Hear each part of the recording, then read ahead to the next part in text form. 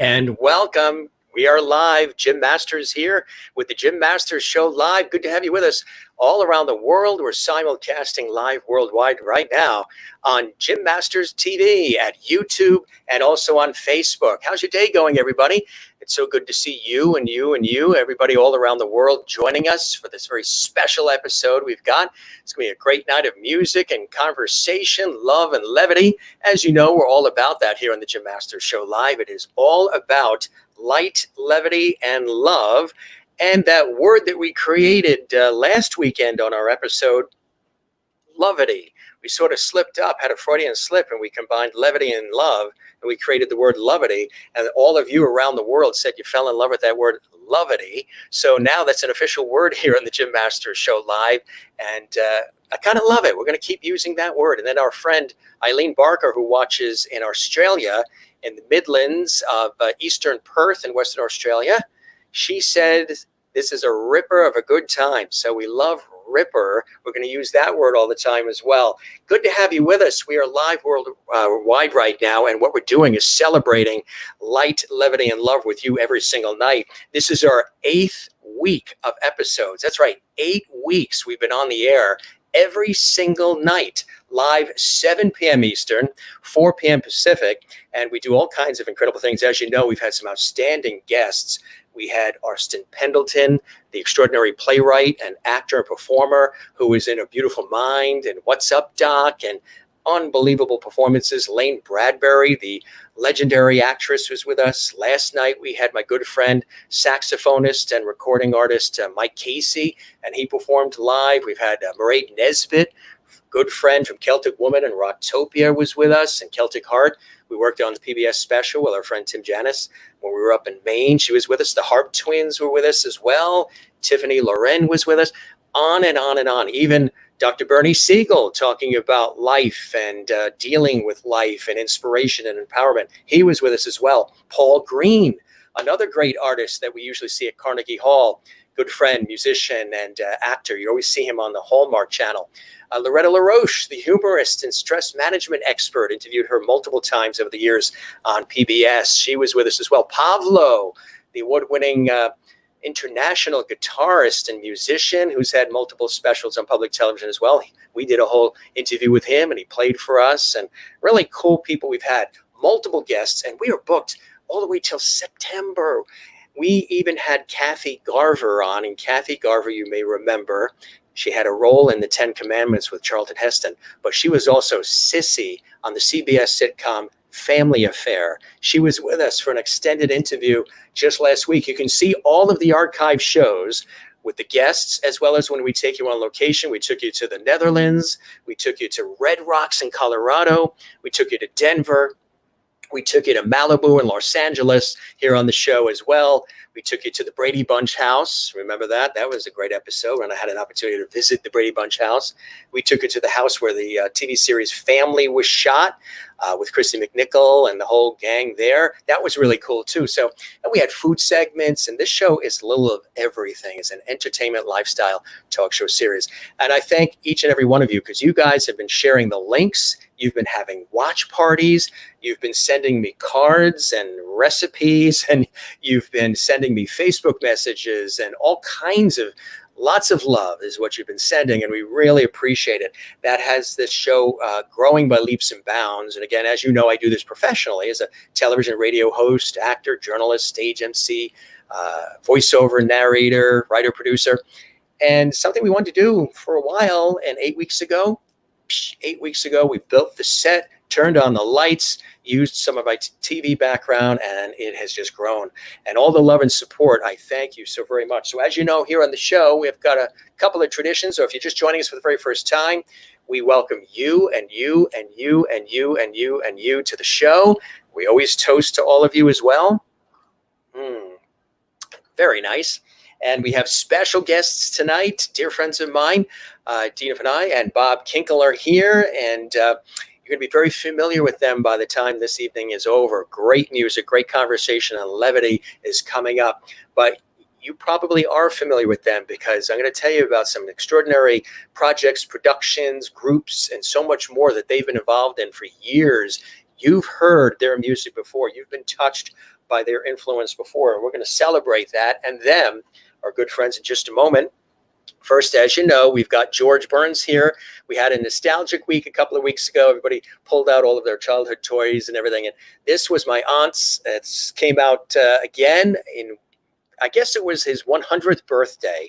They came out with a commemorative George Burns doll. So she collected it. My cousin Barbara gave it to me. I whipped it out here on the show, and you guys just fell in love with it. So there he is with his cigar and his glasses. George Burns is sort of my Ed McMahon. You know how Johnny Carson had his sidekick. We've got ours, and he's here every night to greet all of you as well.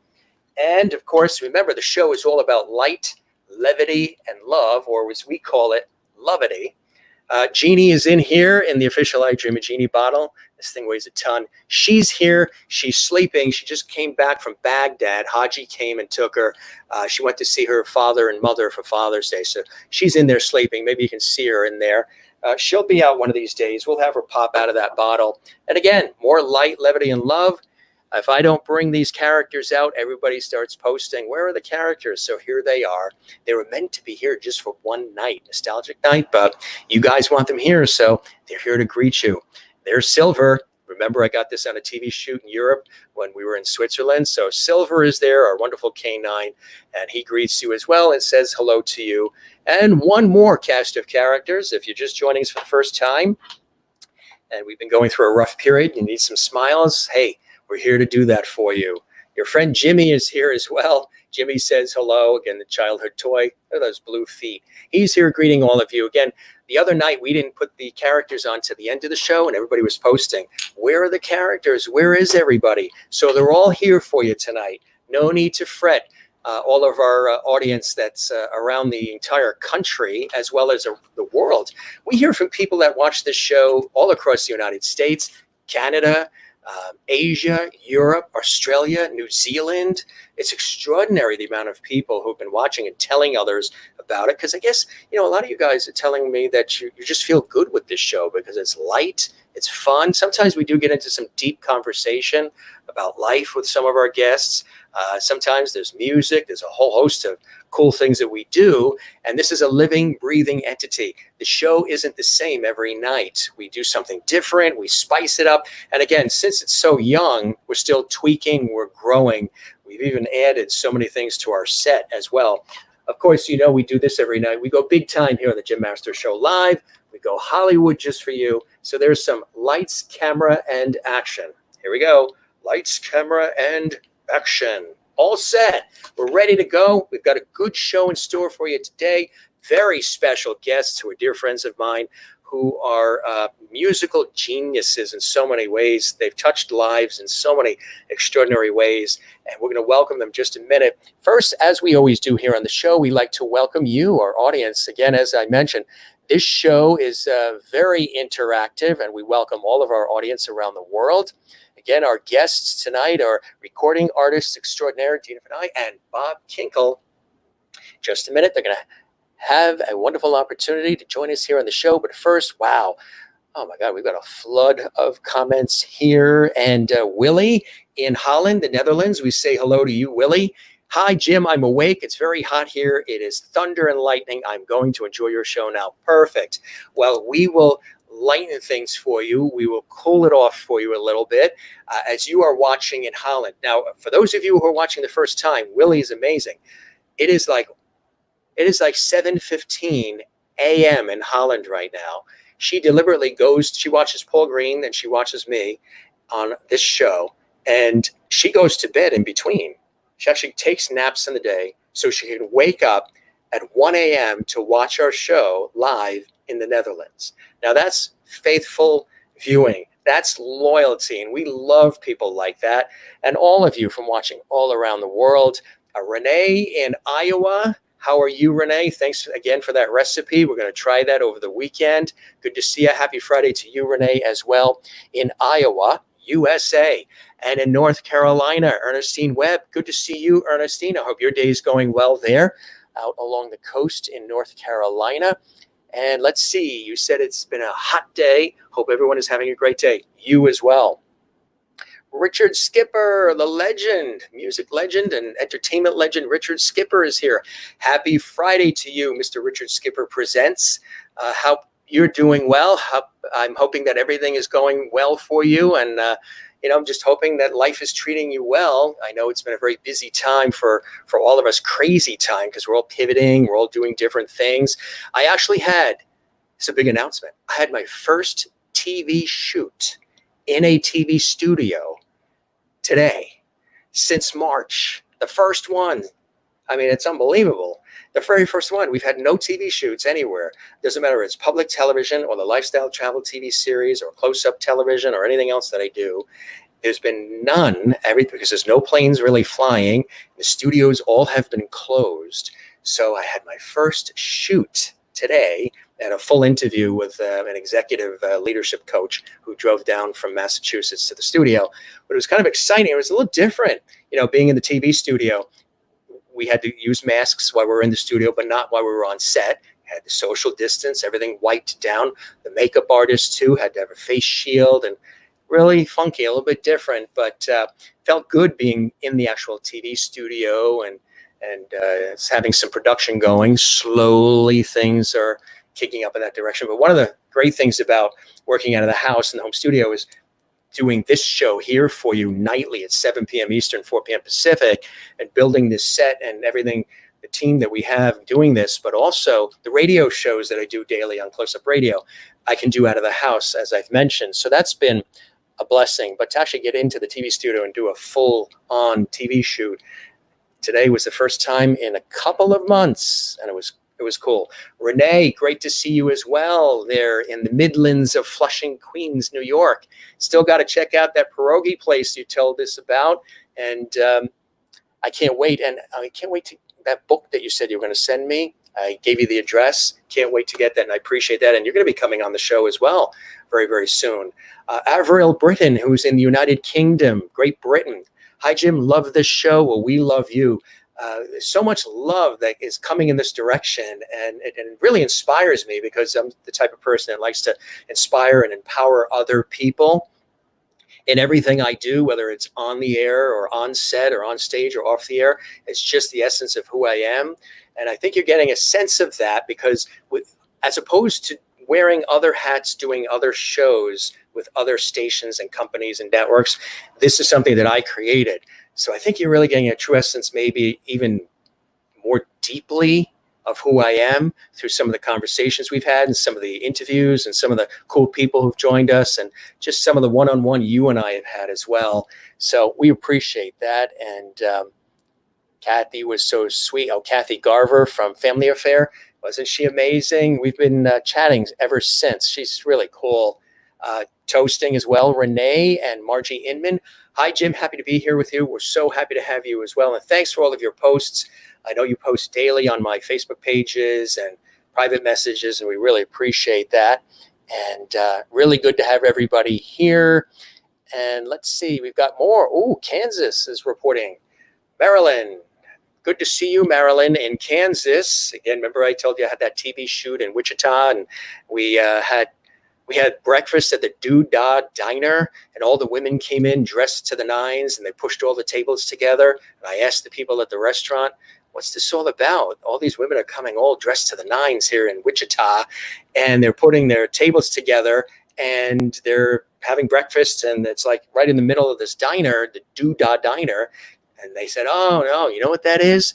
They come dressed to the nines every morning. All the women get all set up, and they gossip and they talk, and they think that they're the real housewives of Wichita. That was funny. That was really, really cool. And yes, it was really, really great. And Tiffany, Lauren, Tiffany, good to see you as well. We had you on as a guest, a brilliant violinist there in Chicago, dear friend of all of us as well, and of Menaid and this whole wonderful network of people that we have. Hope you're doing well, and say hi to your dad as well and your grandfather. Good to see you, Christopher Joseph, there in Ohio. Yes, I know you're excited to see Dina and Bob on tonight's show. We've been planning this for a while, and I'm so excited that they were able to make some time, because it's actually a big day for them because today's the day of a new release of more impeccable music. So Cindy Fanai, first time watching, looking forward to it. She's watching on the YouTube channel. So again, right now we're simulcasting on YouTube at Jim Masters TV and also on Facebook at Jim Masters TV. Subscribe to the channel. Love it if you subscribe to the Jim Masters channel. It's Jim Masters TV. Like the Facebook page as well. You can also find me on Instagram and on Twitter.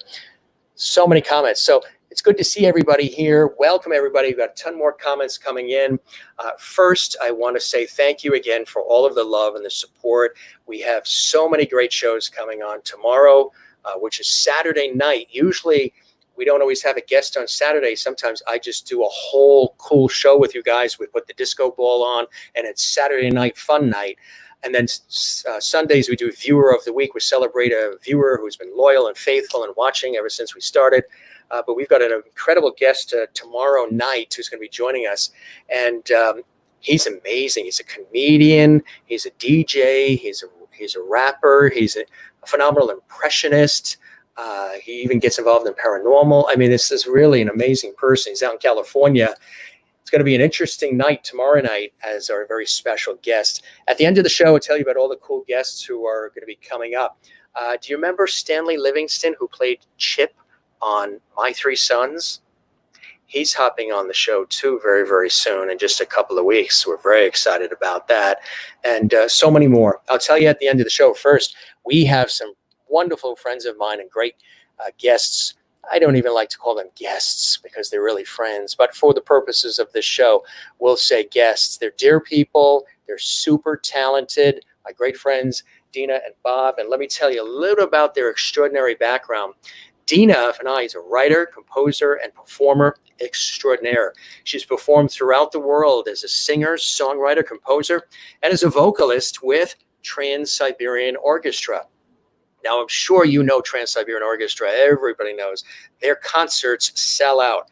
How do I know that? I've been at many of them, and with my affiliation all these years with public television, through public television, we've offered many a ticket to their concerts, and they fly out the door.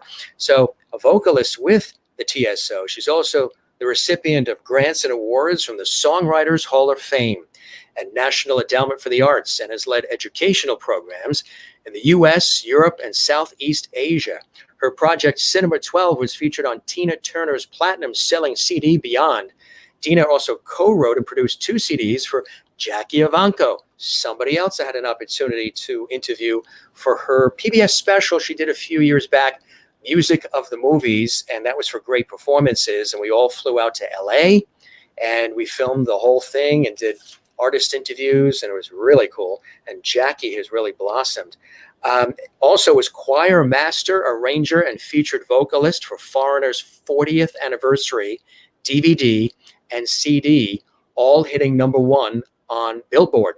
Dina founded One Vision Music and new platform Power of Music Global for the purpose of using music to create positive change, where she produces concerts and recordings that support all kinds of incredible causes: women's equality, LGBT, homeless children, climate change, animal rights, people with disabilities, so much more. The Daniels Music Foundation. We've been to many of the concerts that Dina has put together with Bob, and they are the Power of Music, and right there in New York City. And they are, if you ever get a chance, when those pop back up again, and I know Dina has it in her heart, she's going to probably do that again when things eventually open, you got to get yourself to one of those because they are really incredible.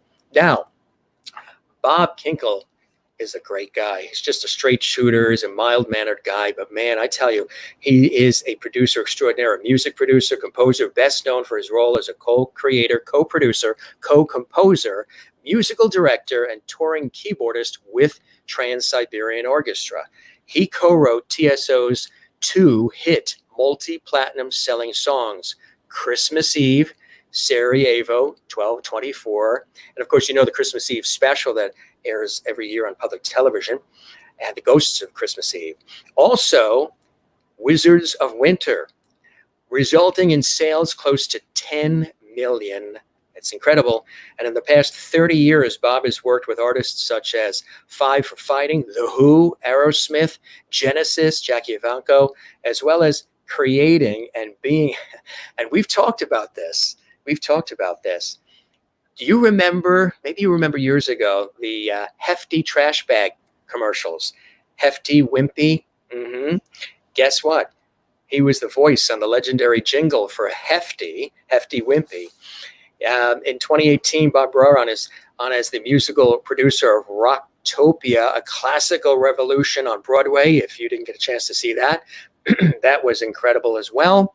He was educated at Hamilton College, Columbia University, and Record Plant Studios, and has received honors and awards from Williamsville Educational Foundation and Buffalo Music Hall of Fame. These guys know exactly what they're doing, and I tell you, they're amazing people. And let me just show you a couple of quick photos here.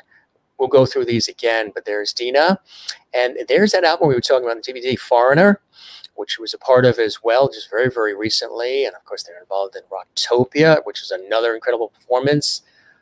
Love all of these fantastic shots that we've gathered here from our crack research department. Yes, that is Dina. She's a very loving and spiritual and inspirational person. And Bob, of course, is an artist and a true craftsman, and he loves when he has an instrument in his hand. This guy is gold. He just absolutely loves it. There with Trans-Siberian Orchestra, and going back in time a little bit, Trans-Siberian Orchestra as well. Really, really cool. And again, they're such nice people, and we had an opportunity to get together on many occasions and break bread. This was actually after a Carnegie Hall concert celebration with Tim Janis. This was Way of the Rain, actually, with the Redfords, yes, Robert and Savelli, and it was really a beautiful event. And this was when we went out to dinner in New York City at a Japanese restaurant, dug up some cool pictures. This was again after Carnegie Hall, which was a lot of fun. This was over at the Cutting Room as well, with a bunch of great friends there, and Josh and Sasha and everybody. So lots of good times together. When you have great friends, stick with them.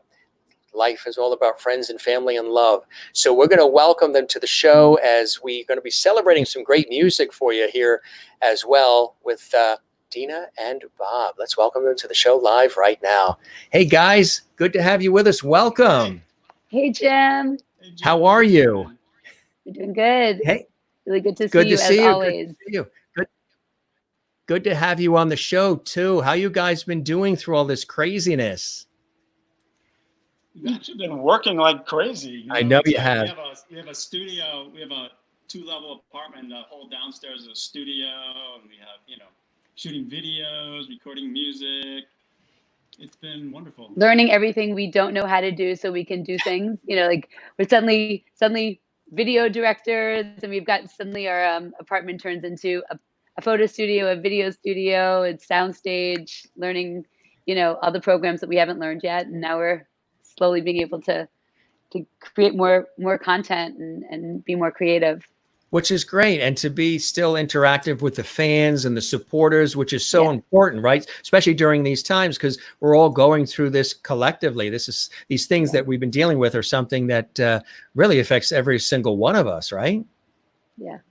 Yeah, deeply. Yeah. I mean, I think it's been such a wonderful time. I mean, it's obviously there's been a lot of fear out there, and we all know, there's been so much that we're all dealing with individually and collectively. But to be able, I feel so thankful to have music to put that into right now. And, I think it's kind of an opportunity for all of us to see the world and each other in a different way. So. Absolutely. Dina, did you, just going back in time a little bit, I was just doing that intro there, and you guys both have, is that the clock? Was that your? That's my daddy's clock. That's your dad's clock, right? It's my daddy's clock. That's it. And he always chimes in. I never said that before. It's kind of cute. My daddy always chimes in. He did that on cue. He did. He always does. He actually always does. And we've got a special guest running around on the floor that you'll have with us in just a moment too. So we're excited about that. I want to ask each of you individually. I was talking about, your body of work, and you guys, like I said to the audience in the introduction, I mean, you've touched so many lives with decades of phenomenal music, and music that really matters, music that really touches the soul and the heart and really gets your spirit going.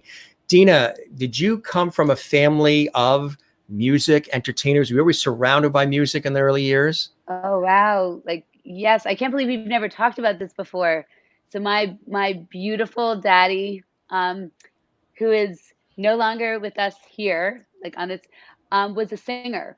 So he was a total crooner.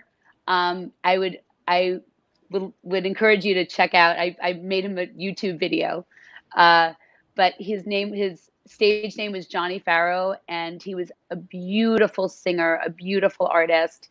So kind of my whole life, I had that, I had that influence. My mother wasn't in music, but she was a dancer. She was a dance teacher, and there's nobody on the planet that loves music more than my mom. So I think I always had, so much music around me and so much support in kind of following my heart and following this kind of crazy creative path that I've dedicated my life to. So my life was always filled with music and the support of it. And you, Bob, in Buffalo, New York, growing up, were you surrounded by music? What were your early inspirations to get into music for you? Surrounded by music. My dad, both my dad and my mom played piano. My mom, growing up, played the saxophone. My dad was always like doing community theater and that kind of stuff as well. And then, when family get-togethers, everybody would, sing along, play the piano. It was fun in the family. And then I grew up in Williamsville, New York, which is the suburb of Buffalo, and they had like one of the top 3 music programs in the country. It was just an amazing place. You're in elementary school and they just stick instrument in your hand, and it's so you start playing early on. I played in jazz band, I sang choirs, just did all that stuff, and also, I remember my grandmother teaching me to play piano. I was probably like 3 or 4. There's pictures of me, putting my hand up on the keyboard when I was 2, and it's kind of been a wonderful journey. And it's, all through college, I had rock bands. We had the rock band big rock band on campus. That was fun. Took some amazing piano lessons from this guy who was a student of Horowitz. So he showed me lots of tricks. I'm a lot self-taught, just growing up listening to music. Like, I really was into prog rock growing up. So, like Emerson, Lake and Palmer, and Yes, Oh, yeah. and I was also into, all the keyboard players, Elton John. So I got influences from everywhere, and very much in the classical side too. I grew up, I had my grandmother's old 78s stacked up in a player, and, it'd take like 6 discs to get through, like one movement of William Tell Overture. So I had like 5 pieces that I just listened to over and over again. And so it's been pretty wide influence. So how did you end up making this transition through all of this and end up with Trans-Siberian Orchestra? Tell us about that progression. Wow. So when I went into college as a pre-med, I came out as a music major with a physics minor, still, trying to keep the rock band in college together and do all that. I knew I loved working behind the scenes. I always had tape recorders and, studio at home, from way back. So we just always was into the technical side. I bought my first synthesizer, was a Mini Moog back in 75. So I was always into that. And in college, I did electronic music and got to work a lot with tape and edit. And I was kind of naive. I thought you had to have like an electrical engineering degree to be a recording engineer. So, I went to grad school at Columbia University. They were nice. They gave me a full ride there. And I realized like halfway through my master's program at Columbia that, the way to do it was just go work in a recording studio. So I had met some people, got introduced at Record Plant, and, spent the next 3 or 4 months trying to convince them to hire me for free. And so through that, I never thought I was really a good enough player to be a session player. Mm-hmm. And while I was at Record Plant, I was working on all these sessions with these guys who are like the top keyboard players, and I'm going, oh, I can do that.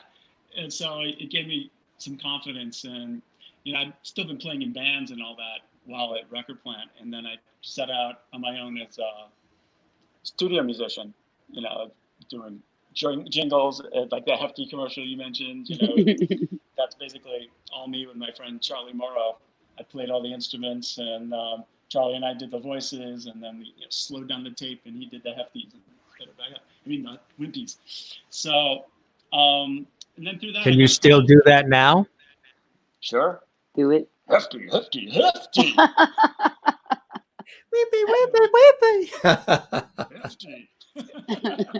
At least you were hefty. He still got it. He still got it. Yeah. He still got it. Amazing the skills you learn. So when you did that catapult anything? That whole Hefty thing, the jingles? It did a lot of jingles with Charlie. It catapulted things financially a lot, Right. which really helped me with my music habit. So I could, buy more expensive music toys and recording stuff. So I was doing that, and I was happy doing jingles, all kinds of various keyboard sessions. And then I got a call from Jim Ball, who was the guy who actually introduced me to the management at Record Plant, saying, I've got this guy I'm working with. He wants to create a full orchestra to kind of, battle against a heavy metal band. Right. And he goes, they're doing Hall of the Mountain King. He said, can you do that? Just play all the parts on your sampler, emulator 2 at the time. And I go, yeah, sure. So I came down, and this was a heavy metal band called Sabotage. This is like in 1986. And I got there, all my stuff was set up. In those days, it was great. You had cartage guys who would just come to your studio, pack all your stuff up, take it to another studio, set it up. It was wonderful. You just go in and play. So Yeah. I got there, and it was in Studio A at Record Plant, and there's candles set up everywhere, and these guys with skull necklaces and stuff like that. And I had no idea. I didn't know about them at all. I'm like looking at Jim, what are you getting me into? But it was like the nicest people in the world. And so that was when I met Paul O'Neill. He was producing. It was the first record he was producing with them.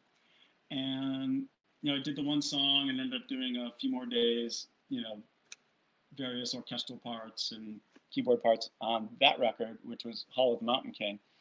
And then over the years, Paul would always ask me back whenever he was doing another record to come in and do keyboards. And after one record, this is back in, I think it was Streets for Sabotage in like about 92, 93. He said, I really like the stuff you're playing, because between takes when I'm on the piano, I get bored. So I start noodling and just making up stuff. He said, I really like the noodles and stuff you play in between. He said, you want to try writing some stuff together? So that is how Paul and I really started working together on a writing aspect. And through that, a few months later, we started working on a musical. It's a Romanoff from Kings Must Whisper. I started working on the opening with him, and then John Oliva came in and finished up that, and he and Paul wrote the majority of it. But on that first musical, I wrote about probably 5 or 6 songs I co-wrote with Paul and John. And then we wrote another whole musical together called Running in the Passion of a Fairy Tale Moon, which we just really were on a roll and knocked that out probably in a month. Mm-hmm. And then we're working on another Sabotage record, and just Paul came in with this idea. I want to do this thing with that Carol LaBelle song, da, da, da, da, da. Yeah. And he had an idea. Opened with an acoustic guitar, playing "God Rest You Merry Gentlemen," and we just got together and we spent a week, coming up with the arrangement. You played the guitar on him, and then we go bum bum bum bum bum. You got that.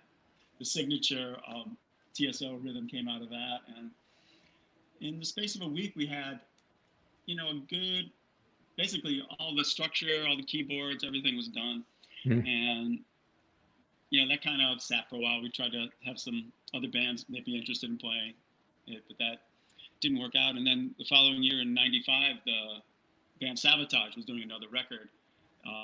record called Dead Winter Dead. And on that record, you know, all the songs are done, but I said, Paul, what that Christmas song we did fit into the story? And he goes, yeah, that will. So, you know, we did it. And then Al Petrelli came in and played all the amazing guitars on that. And, you know, Jeff played and Johnny Lee Middleton played drums and bass. And that completed the song. And we went out and what was it? Mason Dixon in Tampa saw the promo CD, you know, sitting on his desk and recognized the band, put it on the radio, and then Christmas Eve Sarajevo 1224 just lit up all the phone lines, and he called all his DJ friends and started playing in New York with Scott Shannon on PLJ and Bill Lewis in Cleveland, and it started spreading like that. And then Jason Flom, whose label Sabotage was on, said, "Can you do a whole record of Christmas stuff like that?" And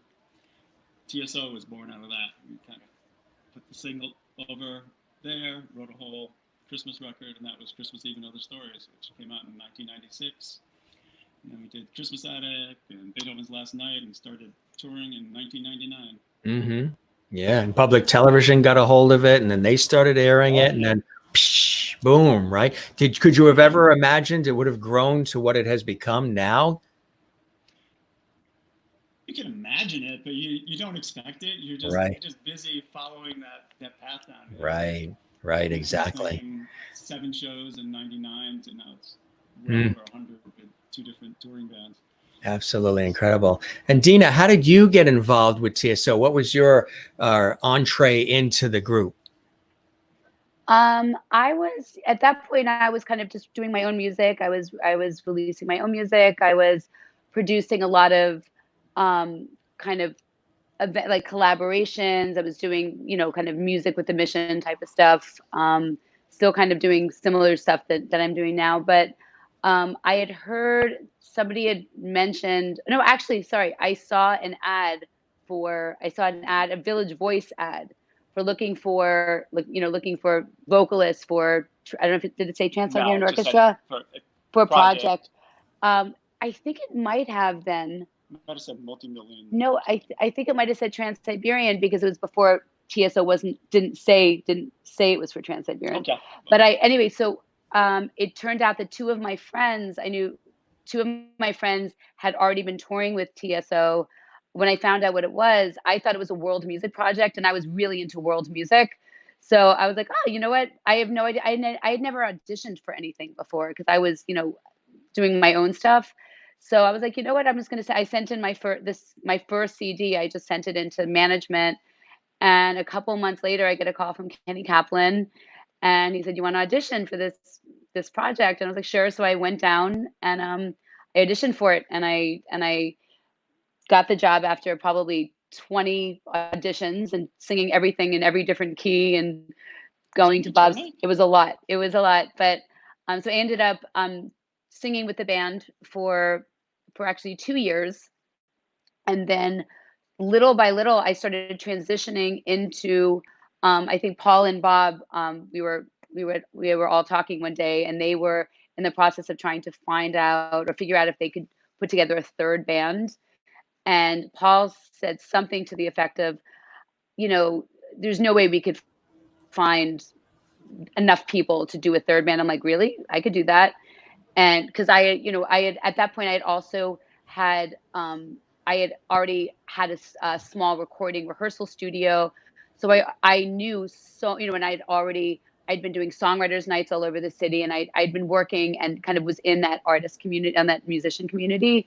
So I kind of knew everybody. Like I knew all of these amazing, amazing musicians of, singers, musicians of kind of every instrument.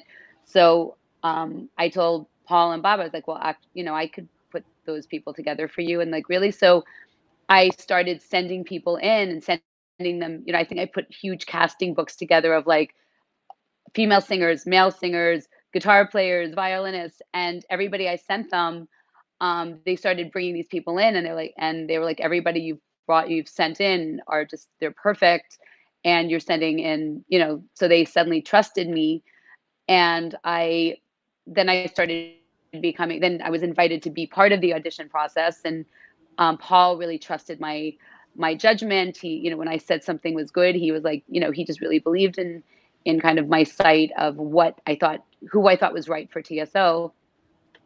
And I, once again, was part of the audition process. And then little by little, I started doing the auditions by myself. And then suddenly I was kind of the whole artist development team, where I would just 365 days a year, look for talent, find talent, develop talent. You know, and that sometimes that meant somebody was ready to go, you know, in a couple of days or a week. And sometimes I'd work with people literally for years until I thought they were ready. And sometimes I'd work with somebody, you know, I'd see somebody that I thought really had something special that I knew if I helped develop would be amazing for TSO. And so I really loved putting the time in and help developing the talent that ended up eventually going on stage.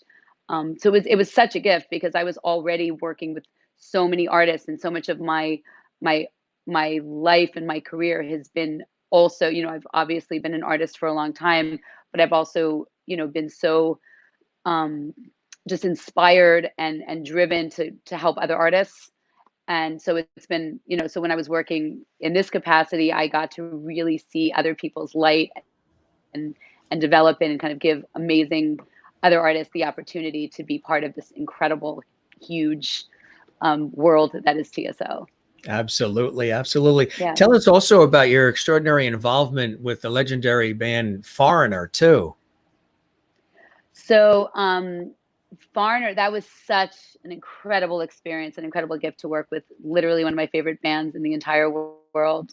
So my dear best friend Dave Eggar, who is also a, you know, a collaborator, we've worked together for many years, was doing the instrumental arrangements for Foreigner's 40th anniversary project, which was going to be a CD, a DVD, and a I don't know if it's a TV special.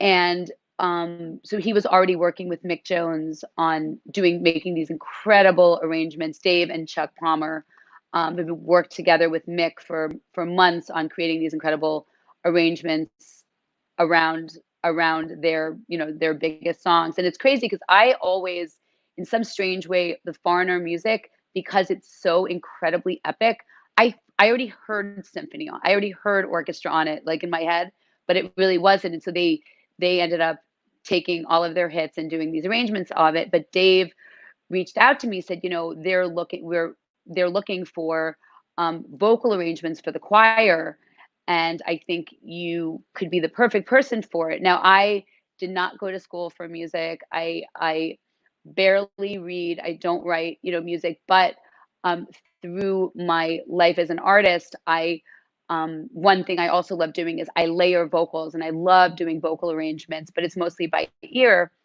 And Dave said, you know, I think, you know, I don't think Mick is looking for like the Hollywood, you know, arranger that, you know, does, you know, that person. He wants something different and special.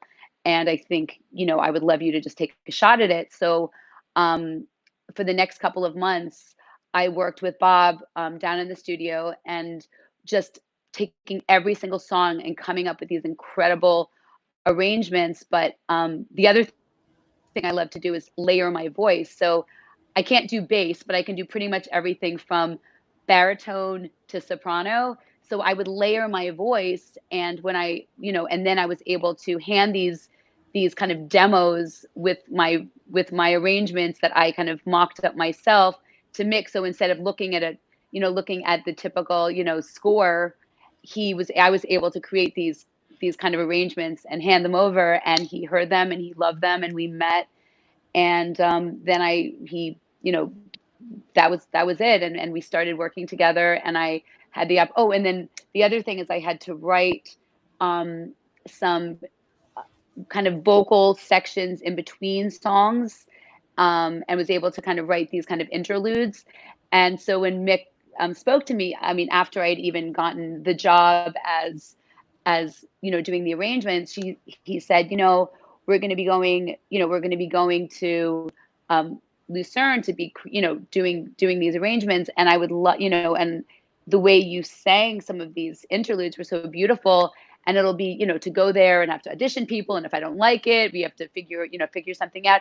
He's like, would you be interested in singing with us too? I was like, let me think about it. No, and it was the most beautiful, exciting, inspirational experience to work with Foreigner and Mick Jones, who to me is just such a beautiful human being and one of the most inspiring, songwriters that I've ever known. So that's amazing. There you go. That really was it. amazing. And we recorded it, did a lot here, and then we recorded, then we worked in Lucerne and kind of did the record and the PBS special and the DVD. So. You guys have always been very good at selecting projects that really inspire and empower people, projects that go deeper than just typical music. You're very selective and very talented at being able to find these projects, collaborate with others, create your own. And it's music that, whether it's through Trans-Siberian Orchestra when you've been with them, whether what you just did with Foreigner, or all of your solo material, both of you together, and even the work involving Daniel's Music Foundation, where we've been to many of your Power of Music concerts, where you just ripped the roof off the theater wherever we go for that. You just absolutely, both of you are just truly amazing. But you're so inspiring and so empowering. Where do you think the inspiration and all this passion for both of you comes from?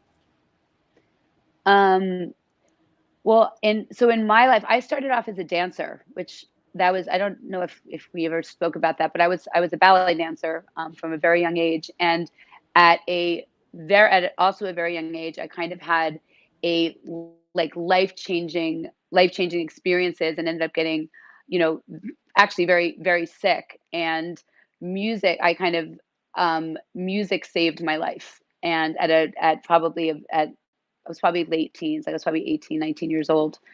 And since then, I made a choice that was kind of just given to me, that I knew that my life was kind of going to be devoted to using music to make a difference in the world. And I think every single thing I've done since then has all been about ways I can use music to make a difference. And that is I've worn many, many hats in this industry, but all of it, including even TSO, has been about that. I mean, TSO, I think I remember, do you remember I sent an email to Paul? I sent a letter to Paul, right, that I knew nothing about TSO. I didn't know anything about Paul. I didn't know anything about Bob. I didn't know what this was.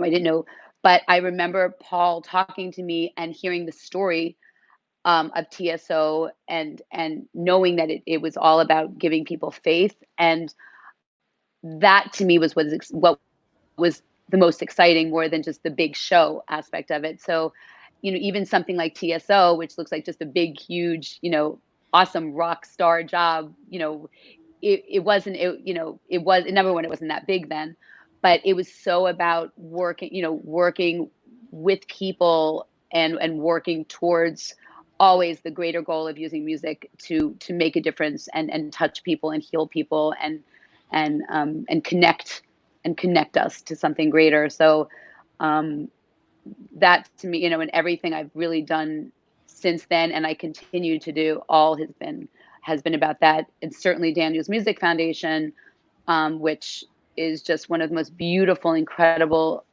organizations that I can imagine. I've used music in so many ways to work with other charities, other benefits, other causes, but to find people and an organization that uses music to make a difference, I suddenly felt like I found my soulmates. And that was kind of, with such kindred spirits, where I was like, we need to do something together, because they too believe that music can kind of change the world. And so that's been my life in every project, whether it's a singer, a writer, a producer, an arranger. It's all about ways to use music in that capacity. You've done it beautifully, having witnessed it and heard it and been involved. Thank you. Really, very, very touching. And you, Bob, too, what does your passion and inspiration and fire come from? Because you're brilliant at what you do too. For me, I mean, music and playing was always like my escape from the world in some Right. ways. Right. And it was, you know, like parents were fighting with each other upstairs in high school or stuff. You go down in the basement, we had a piano down there. That was kind of my lair where all my stuff set up. And I would just go down and play for hours, you know, just improvising or, you know, learning some classical stuff or, you know, dissecting some rock song or, you know, learning a Keith Emerson solo, you know, all that kind of stuff. I would just sit there and work. And then for me, it's just, I had all this, you know, energy and emotion when I played, and playing out just discovered that you can take that emotion and just communicate it. And it's, so for me, it's just that connection and spreading out the love of the music and kind of like pouring out your soul. And it's just a wonderful feeling. It really is. You know, when you get an opportunity to do that and you do it in a way that people truly respond to, it's extraordinary, and it makes you want to do it more and do it more because it's such a reflection. You know, anything that we do, if we get a chance to do things in life that we love, but we also get a chance to, you know, we're very communal people. I think we've broken bread and had wine and conversations where we've talked about how we are such born communicators, and we do it through our craft and our artistry of what we do.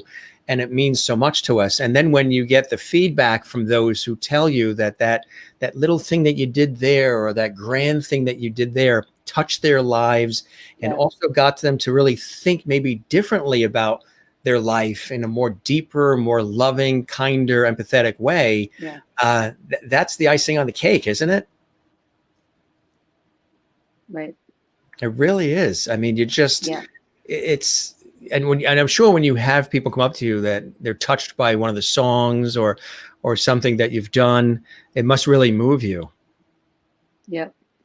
You know, it's this time has been really interesting for me as an artist because, like I said, I started writing music in like my late teens when I was kind of using it. I wasn't like, I'm going to be a singer-songwriter when I grow up.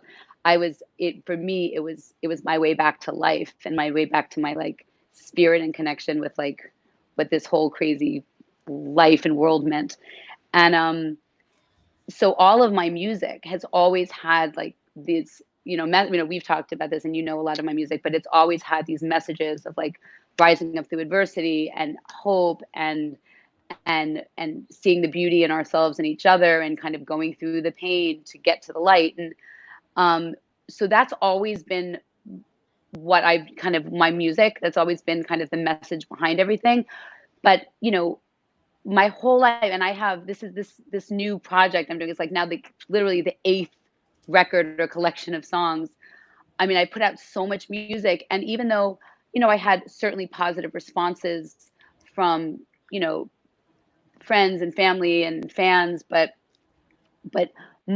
the industry didn't really know what to do with me. I was like, you know, we love you, and you know, it's kind of Disney. Is it new age? It's not new age music, but it had spiritual. It's like it's inspirational, but it's not Christian. So nobody really knew where to put me. They're like, oh, you know, thank you for making me feel, but it didn't fit into any genre.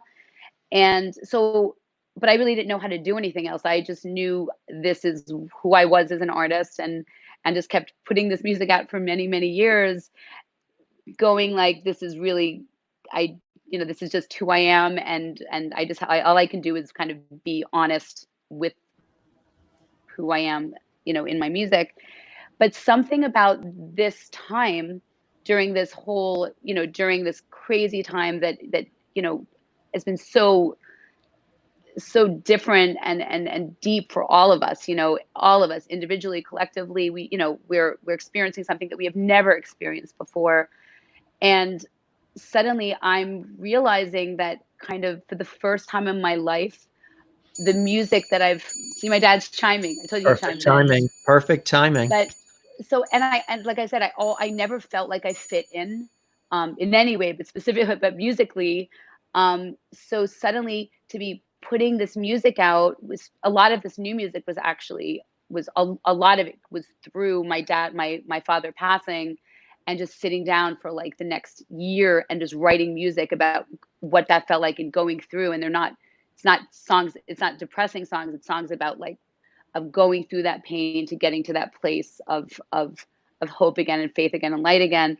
But to see the way this music is kind of affecting people now, for the first time in my life, I feel like my music is being heard from where it came from. Right. And we're like, not in a strange way, like not that I fit in, but going, people are listening to the real message, as opposed to like, I don't really get, like, I like the song, but I don't really get it. Much It's deeper almost like level. people's hearts are open. Right. And they're listening in a different way. So I feel so grateful, in not a professional way, in like a human soul way, that I'm now connecting on a different, on a different level. You know, it really is amazing when that happens, because you've been there and you've been doing your thing, but now events have caused people to reevaluate their lives, to pause. What's my purpose? What have I been doing all these years? What do I want to continue doing, whether it's their job or where they want to live, or the hobbies or whatever it is? Everybody's taking a second look at life. And now, like you said, the deeper appreciation of the things in life that truly, really matter.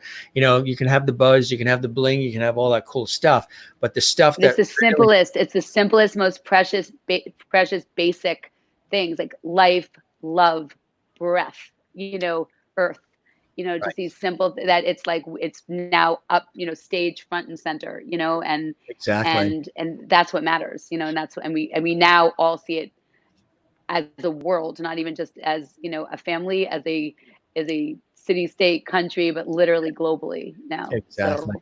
So, that's one of the reasons why I started doing this, because as you guys know, I do this type of stuff professionally, but then of course, launched this 8 weeks ago because of the desire to want to continue to communicate and lift others up and inspire them, and talk to people and have great guests like you, and just communicate and share like I say, the light, the levity, and the love is what we're all levity, about. by the way. The levity. Love it.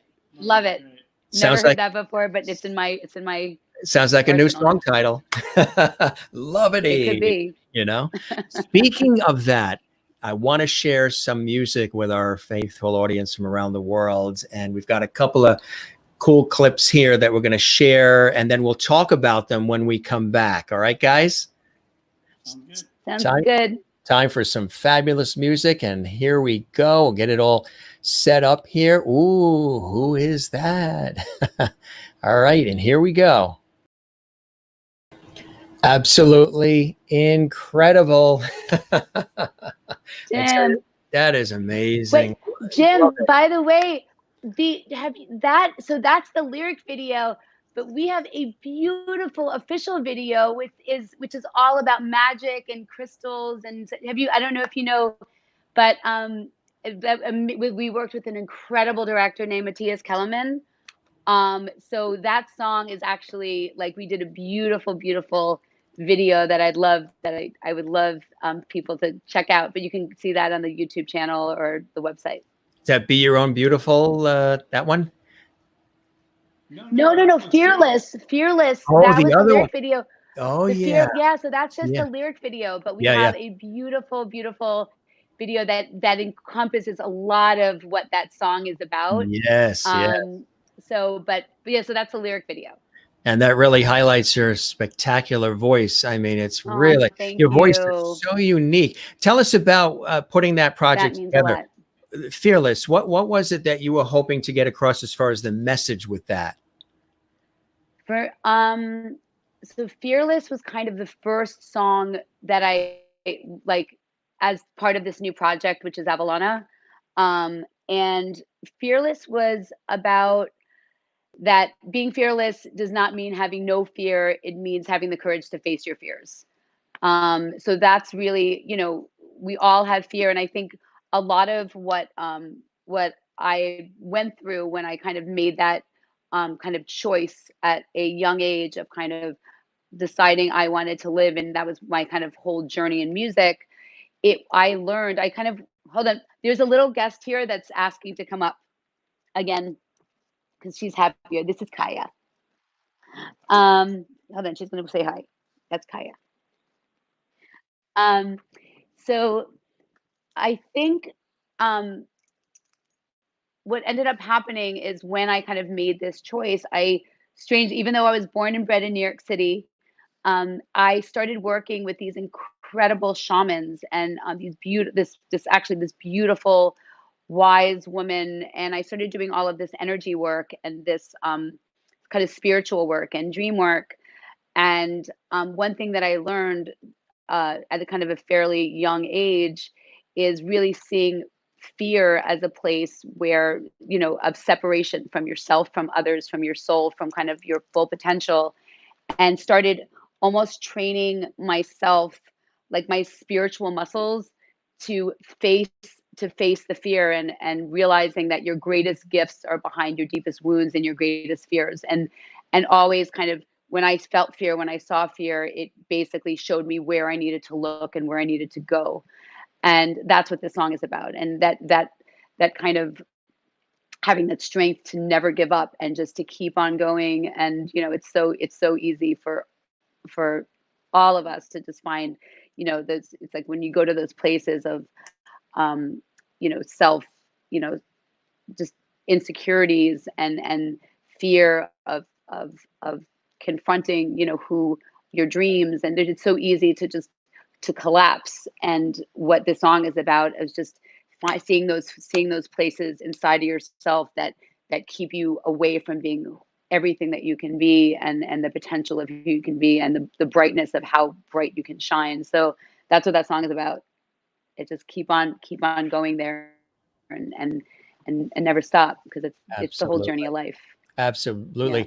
And I have the other one too, and I want to show it to folks because it really is, it's worth seeing the other version as well in addition. So we're going to set it up here. We're going to show it to everybody so they can really get a full, there they got a chance to really hear your voice, the essence of your voice. Now they can see the actual full video and everything that you're describing. So we have it here. We're going to share it with everybody right now.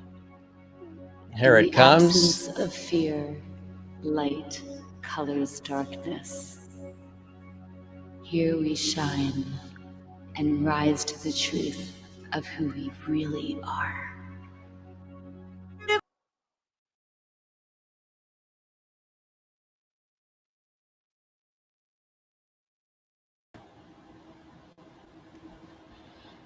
Absolutely incredible. Now they really get it. First, they got to focus on the voice. Now they focus on all of the artistry that comes along with it. Cheers, the comments Jim. that are coming in. Cheers. Oh, you good. Inspired us. You've upgraded. I'm happy that you played that video. I'm happy that you played your video, so we had time to open up. Yeah. I saw you scurry. So good to see you, my friend. Cheers. Yes. Clang, clang, clang. Tell us about that, because the comments we're getting, and I'll share some of these comments because, again, you know me, I'm very viewer interactive here. A lot of great comments. Tiffany Lawrence says, Fearless is my 2020 anthem. She says, let's see, Rockstar. Hi, Tiffany. Couple. I love you, Tiffany. I love Dina's new music. Although the songs are so powerful and you can feel the soul and the lyrics and melodies here. It's so honest, pure, and touching. Especially as musicians, we have a deep understanding and connection to music. And I've had those moments where we can put it into words, but the music speaks for us. And also Ernestine Webb in North Carolina, beautiful song. Reno Venturi, who's an actor, performer, lyricist, casting director, the whole bit. He's a great guy. He says outstanding lyrics and performance. Austin Fields says this is a beautiful song. He's watching on the YouTube channel. Austin. And cute dog. They cheers for your yeah. Cheers to Kaya. Yes, cheers to Kaya. Cheers to Kaya. Renee in Iowa loves Kaya, and Ernestine Webb says, amazing video. Gail Matheson says, I love it. Kathleen Walker in New York City says, very nice. June Rachelson Asper, another dear friend, says, awesome. So a lot of people love it. Tell us what was, and Renee also says, beautiful song.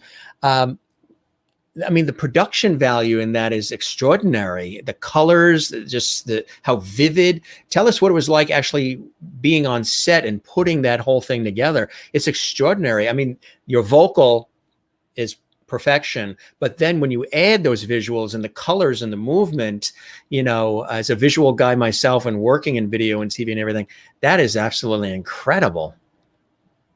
Well, it's crazy. So, with all of the music that I've already released, and I never had a music video. So this was actually very scary for me. Like, it was very, you know, I feel so comfortable doing music. I feel so comfortable on stage, but as soon as you know, it was like doing a music video, I was like, how, you know, I was having a really rough time with how am I going to create a video that says what I want to, that says what I want to say, that doesn't feel like that, it's more about the message and it's more about taking you on a journey rather than, you know, like the typical like video. And so I ended up meeting this incredible director, Matthias Kellerman, through our very dear friend Anton Bass, who was the producer of this video. And I had seen his work for a long time, and all of his work just was it was like otherworldly. It was beautiful. It was ethereal. And I wanted to make sure that the video captured basically that other world, that other magical world, which actually is the whole project that Avalana is based on, which I'll talk to you a little bit more about.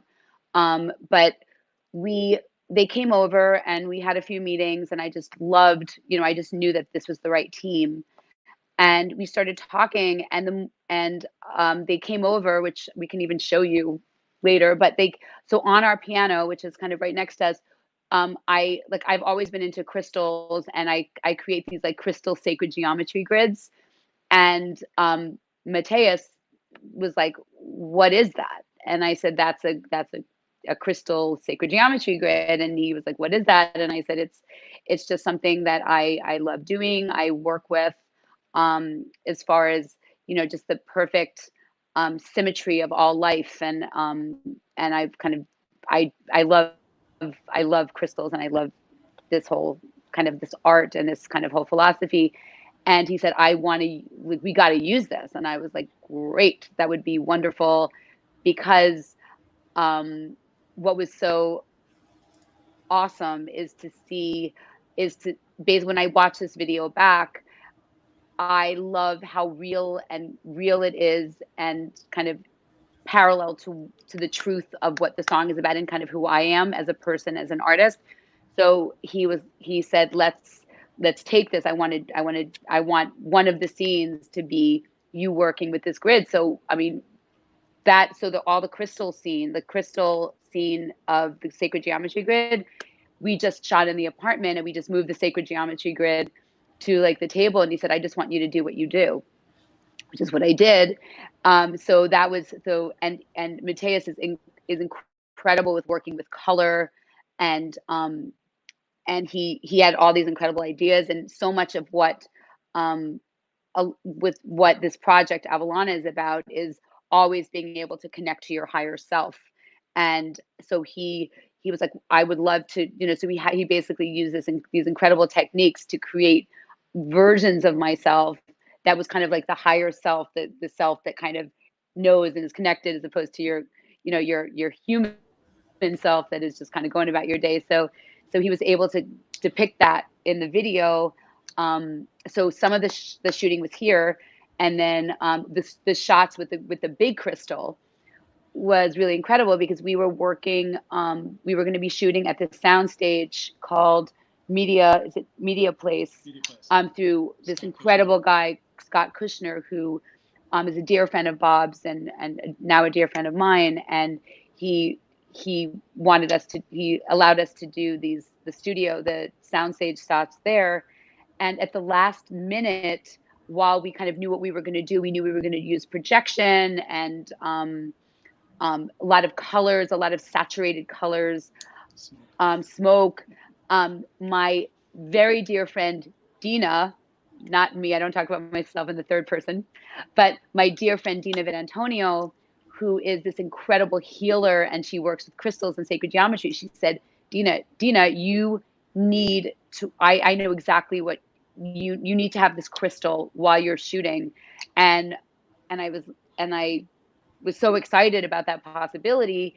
And she goes, you have to, we were already at the soundstage.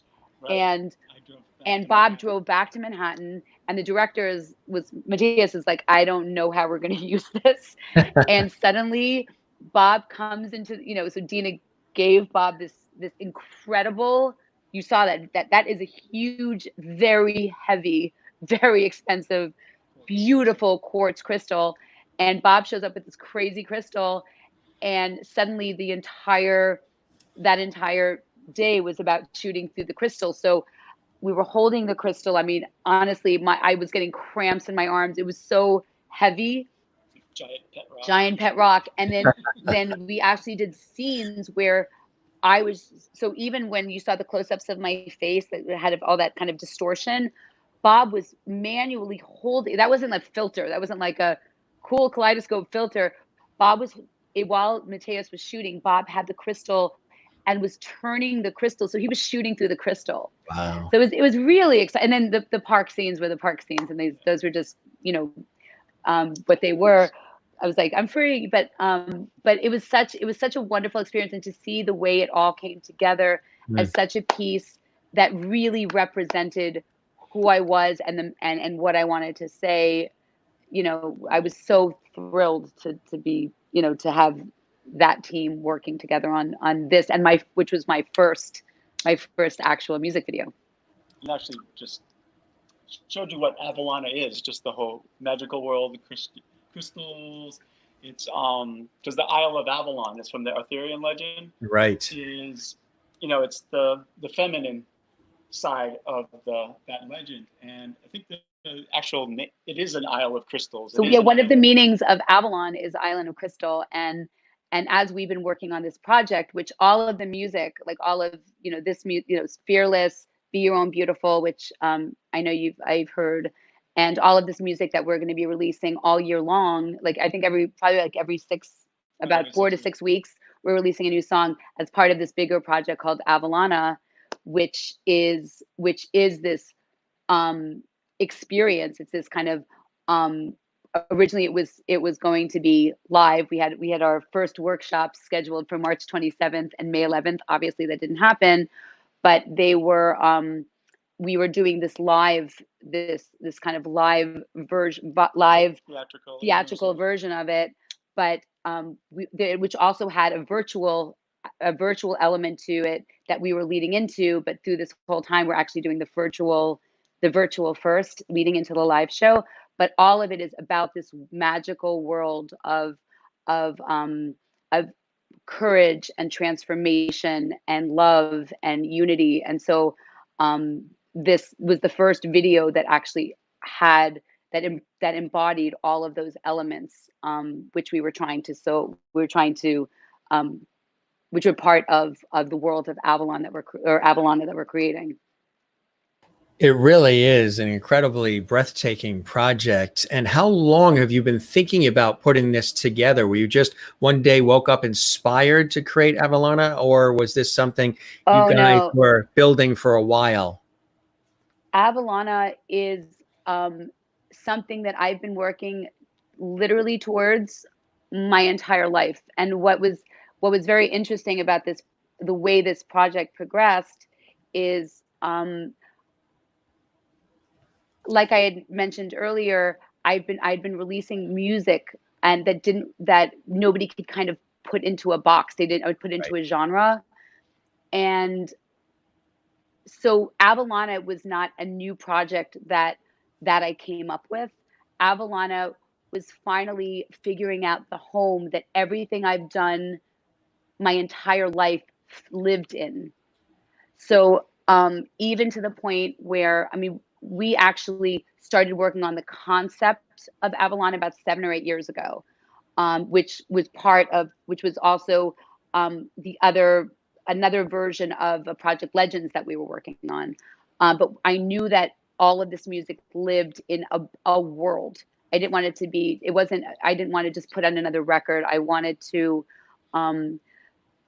basically create a world that people could be part of, to feel inspired and transformed, and where a world that gave people faith and gave people courage. And so this was literally, when I finally went back to Avellana recently, which was recently meaning mid last year, after I had put it on hold for a while because I was working on other things. And it was actually Mark Geiger. I don't know if you know Mark Geiger, but Mark Geiger is head of music at WME. And he listened to the music, and he's a friend of ours because we know him through working with TSO. He was in charge of, been the agent of TSO for forever. And he listened to the music, he saw the videos, and he was like, I can't get my head around it. It's just, the songs are big, the messages are big, the voice is big, but where does it fit? And he just said, he goes, you want to know what I think? And I was like, yes, you're the most, you're the most innovative, intelligent, incredible, mind of music. And he said, I think next to Bob, right? Next to Bob, he's certainly up there. Yeah. But I admire this man and this man's visions, so much, of seeing what he's created. And he's a visionary. And he said, I think this music is part of something bigger. I feel like it's part of like a magical, mystical world that you need to create. And I don't think it's your name. He's like, your name is just you, but this is something bigger.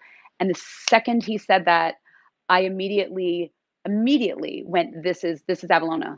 And we left him, and within minutes, I think by the time we got to the car,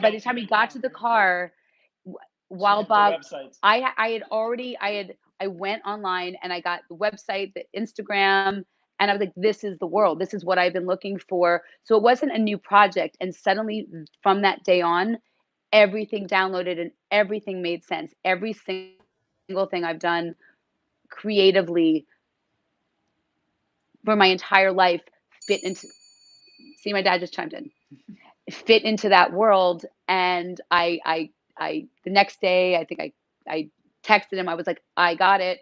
It's Avellana. And I explained it to him, and he said, that's it. I knew, because it wasn't a question anymore of like, how do I do this?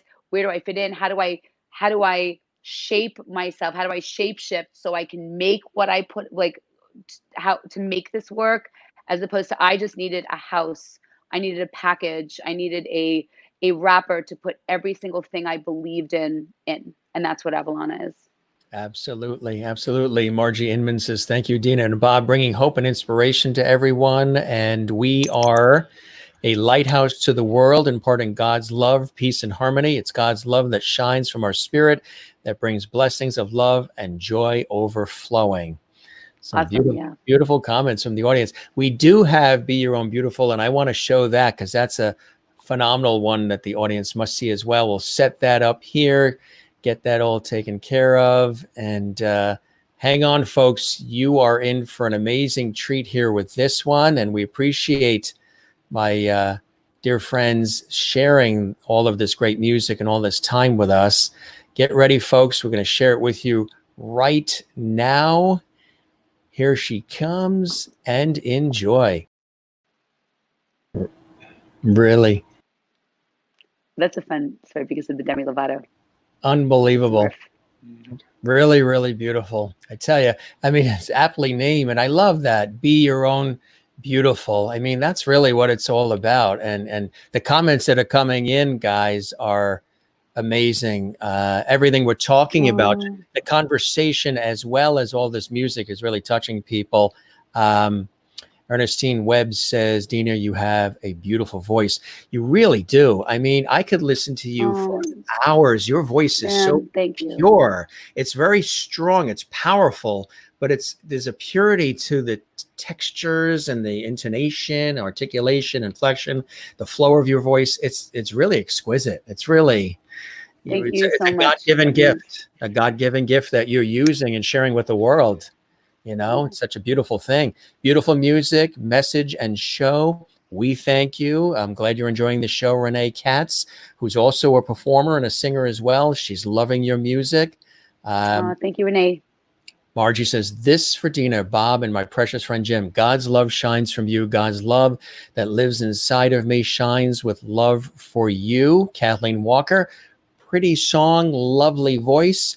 And Carla, who's in Brazil. Hello, Carla. Good to see you again. Hey, Carla. That's my sister's name. Carla. Hi, Carla.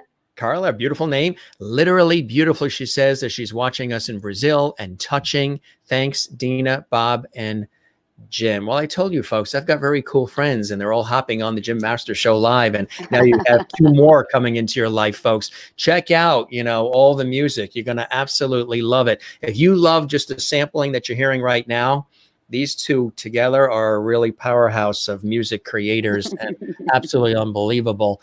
Beauty on the inside, so much more important, right? Exactly. That's so right. Absolutely. And they're sharing it tonight.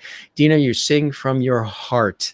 You really, really do. And, it's really amazing when you get a chance to see stuff like that. And there's something else I want to show the audience. There's a very big special day for you guys because, like you said, as part of your wonderful music, celebrating the fantastic music that you guys are sort of creating and distributing every few weeks, here's something else I want to show the audience that just released today. Oh, yay. Yes. That's right. I forgot about that. There's a little bit of a teaser here, and then we'll come back and we'll talk about it in just a second, and we'll toast to this big news today. Here we go. Awesome.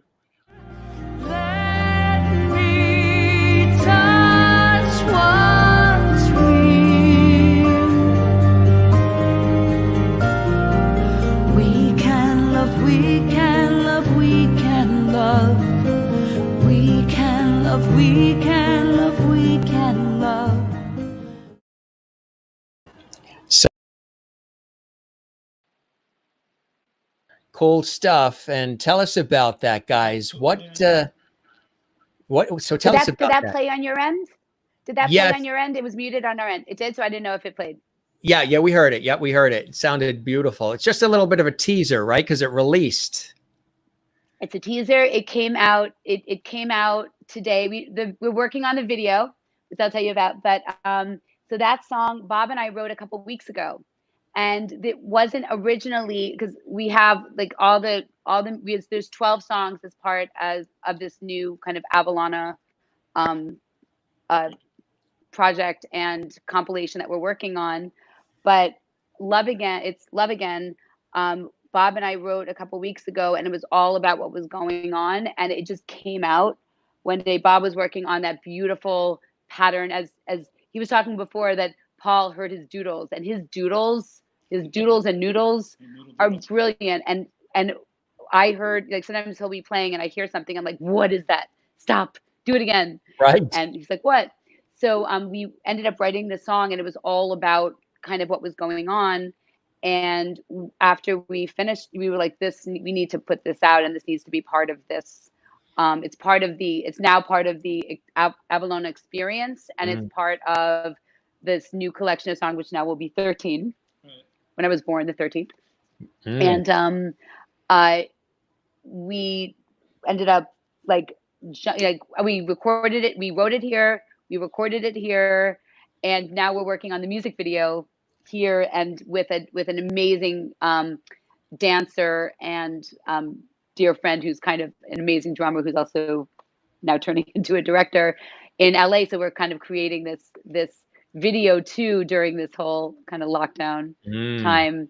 But it's really about this, and it's about, it's not like what is like, where's the sky that I recognize? It's this whole new world. It's this place that we're all moving to a deeper sense of love and a deeper sense of connection with ourselves, with each other.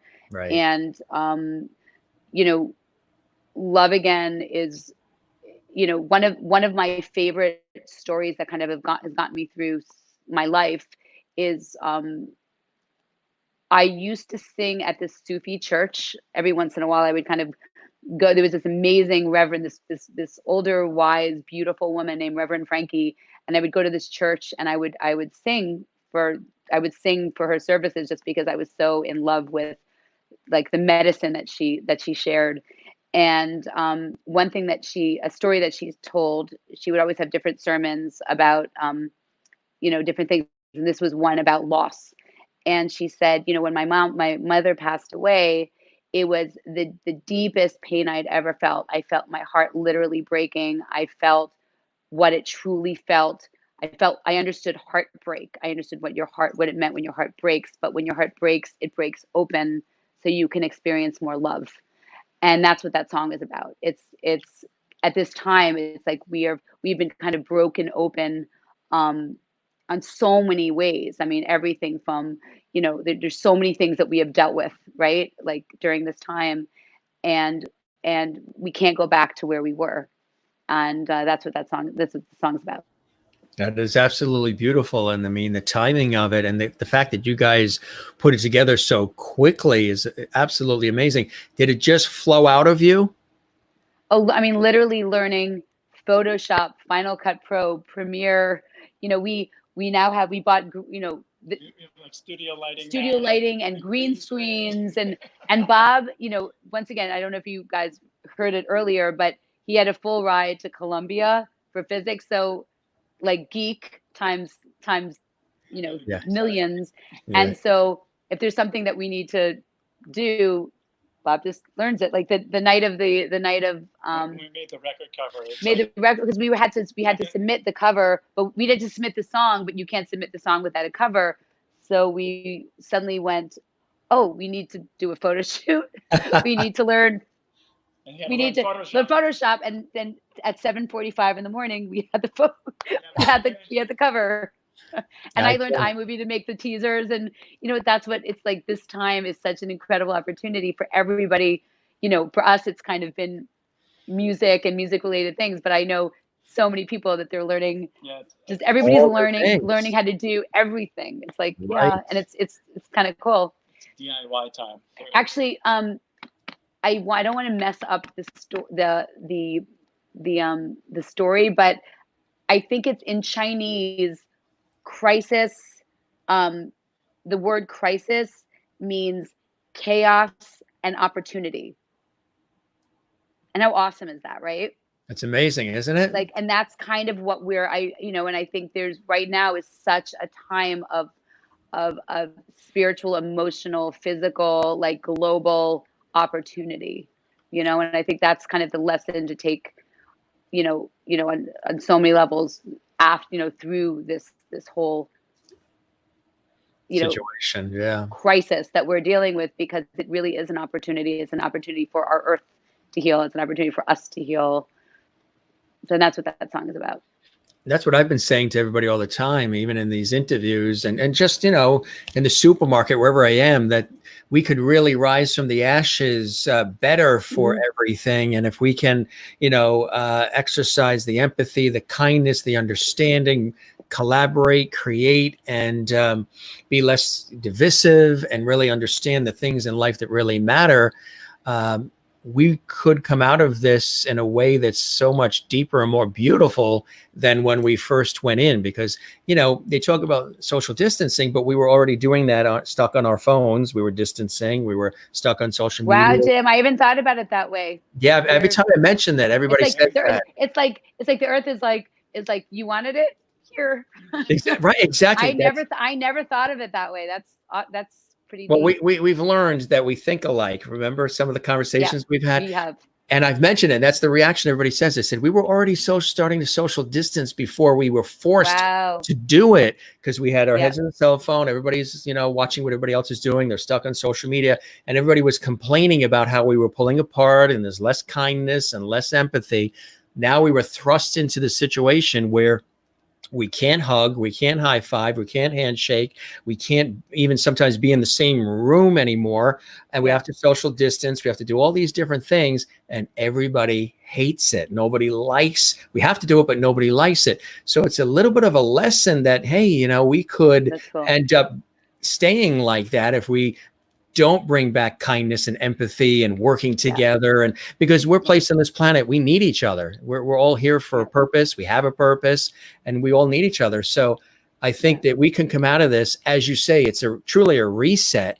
We can come out of this better, because right now everybody's pausing and rethinking their lives in different ways. And you're seeing a little sprinkling, like what you're doing with the beautiful, fantastic song that we just heard clips of. I mean, that's the kind of thing, that spirit that is rolling like a snowball, getting bigger and bigger. There are a lot of people who didn't like normal the way normal was. Let's go back to normal. We don't really want to go back to normal because it wasn't working out. We can't, and now we can't because it's broken. It is shattered, and we are right. So now it's up to all of us. You know, it's all of nature's here, animals are here, life. Like I say to everybody, even on the show, I say the sun is going to come up, it's going to go down, the birds are going to chirp, the ocean tide is going to come in and out every day, regardless of what goes on this planet. But it's up to us to make the most of it together and celebrate each other, listen to each other, because everybody's talking all the time. Nobody's listening, nobody's feeling.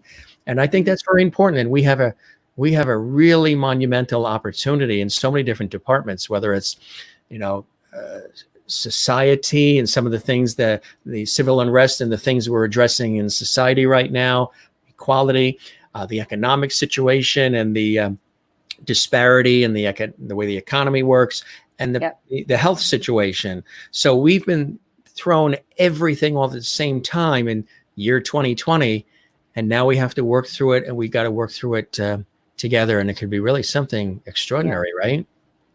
Yeah.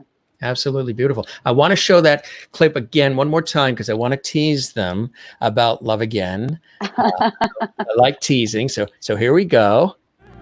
Let me touch what's real. We can love, we can love, we can love.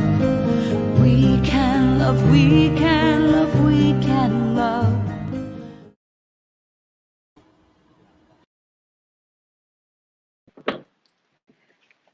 You know what I tell say you, about that? Actually, you know, really cool. Remember Jim, I was telling you, I just mentioned about us staying up till 7:45 in the morning, like so that album cover is actually what I had posted is first the black and white version, then this like black, white, and pink version, and then the full version, which came out today, is like this crazy, like beautiful color, like brilliantly colored, the same picture, but just all the colors came out.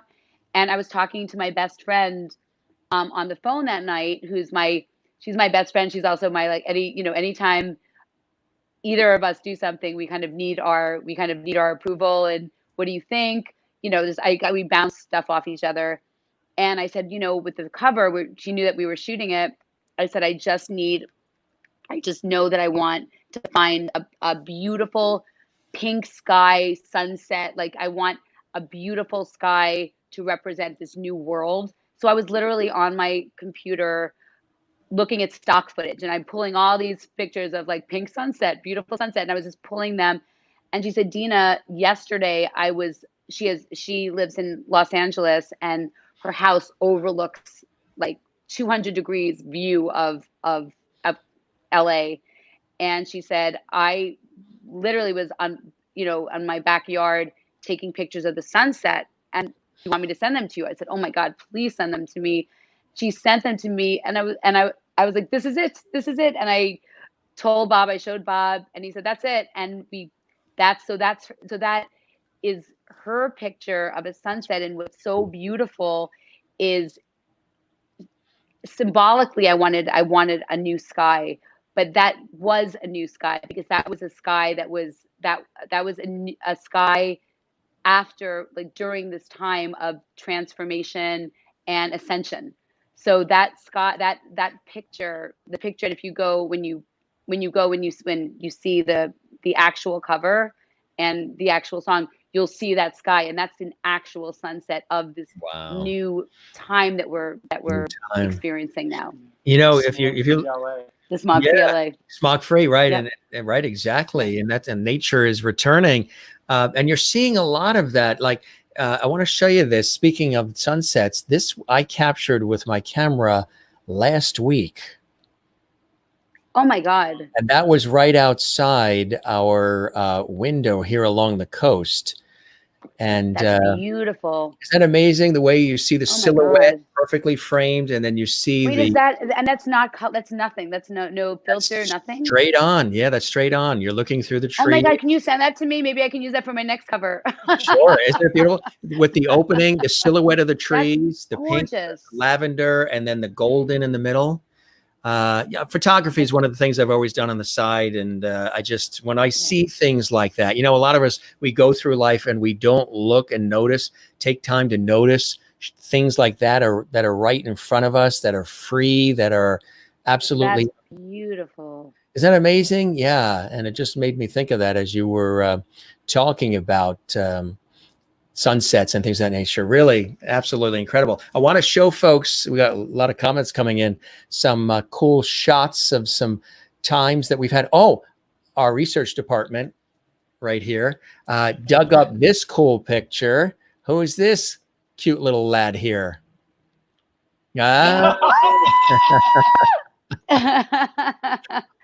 There's Bobby, right? Young Bob Kinkel, doing his thing, right? Isn't that cool? Oh, wow. Do you have the one of me drinking a beer at the same age? What age were you then, Jim- Bob? Do you recall? I was probably 2. 2. So you knew right off the bat what you wanted to do, you know? And here's another one. Yeah. Well, tell us about this one here. Oh God. Oh my Yeah. God. That's I tell you, I did my the research. college band Rogue. That's hysterical. And yeah, we were together for a couple years. We played every single party there was on campus. We started doing some things off campus, and that's the band I was talking about. We're trying to keep together after I graduated. So it didn't work out, but you know, we stayed in touch, and we've been doing a reunion every once in a while. We just did a virtual one a few weeks ago because the Hamilton College reunions were canceled this year. So we did a reunion and we posted it, and it's got like thousands of people have seen it already. But it was fun. We did a lot of 60s stuff. We as Kevin, who's the lead singer, said that at the last year when we did a reunion, he said, "Well, we're Rogue and we're an oldies band now because we were going to the current Right. stuff when we graduated." That is funny. I tell you, when you look back, it's really cool. Here's another shot. Wow. Yeah. Now. Right. Yeah. Paul passed away 3 years ago. You miss Paul. I know. Yeah. He used to always do a signed guitar that we would give away for supporting public television. Did that every year. Another cool shot there, Bob. Yeah. Oh, that's TSO. Yep. Stage. Another one here. Yep. Some really cool ones here. Absolutely. And Jim, then you do your homework. we do our homework. Absolutely. Digging in there. And there's that another. Is that the full color? That's that's the full color. That's the full color with the sunset. That's really beautiful. Yeah. This is a great shot of you too. That's fantastic. Oh, so actually that shot, once again, it's a lot of DIY. So we have a harp. We have a Celtic harp here because we just love instruments and even instruments that we don't fully know how to play. Right. But Bob has learned. But so if you pull that shot up, that was the shot. That was the cover for my last record, Legends, and that's actually a harp. If you can see. So Bob had this idea because Bob also, like yourself, was a photographer. In fact, Bob made to support his music habit with photography. Mm-hmm. So we ended up doing a photo shoot. I think once again, like a few days before we had to release all this stuff, going, we need a cover, because I was always into the music, but I never was into the actual photo part of it. So I was with Bob and the woman who was in charge of all of my graphic art for many years, Kim Sonsky, incredible. And Bob had this idea going, if we put you in front of the harp, I can get the light from the harp. So that was Bob's idea, and he just like the light was kind of coming through the harp, and you can't really tell it's a harp. But Bob the Builder. He Bob the definitely Builder. is. Builder, yeah. Yeah. There's another. That's cool. So we did it was for Women's Entrepreneurial Day at the UN. There was this big event started by Wendy Diamond, and it was a big kind of conference in the UN, and this was the after party that they had me perform Legends and Fearless at a place called Gospel. It's a very, very cool kind of club venue lounge, all like, Buddhas and crystals. It was so like my world. But we got there, and there's like on stage is this big, beautiful angel, like, and a Buddha. So I was like, so we ended up taking that picture before the show. Cool stuff. And here's some fun and levity, Carnegie Hall. I remember that night. Oh, yeah. That was a fun night, wasn't it? Oh, Way my of God. the Rain. That was Way of the Rain with the Redfords. That's when I missed the train back north, and you guys had me stay, and we had wine and cheese, and it was a great conversation. So like, yeah, we stayed up all night. It was fun. Yeah. Because you had missed your last train, and we were like, I think you were going to go to the train station to wait for like 3 hours. I was like, come over. So you came over and we hung out, and we all stayed together until you had to catch your morning train. That was a crazy fun night. That was a Japanese restaurant. Yep. Raku, I think. Yeah. Raku, yep. Yep. That was really good. And remember that was Cutting Room too. That was the Daniels Music Foundation. That was another, it was a Power Music. Yeah. Right. That's another great one too. I tell you, you guys are great, and love having you as dear friends. You're so creative, and I love people that are inspirational and that really have a mission and a purpose and like to inspire people through what they love doing, their artistry and their craft. And you guys have done it for years. You continue to do it. And it's really a pleasure having you on the show. I mean, this was really a phenomenal. It's been wonderful. I miss you, Jim. We have to get together for another sushi dinner. Yes, absolutely. I miss you guys too. I know it's been too long with everything going on, but we're all so busy too. But we will definitely do that. That is an absolute date. And I just want to show you some more love that's coming in from so many people. Beautiful world with Dina and Bob with their creativity. Absolutely. I get my inspiration writings from music and pictures. Absolutely there.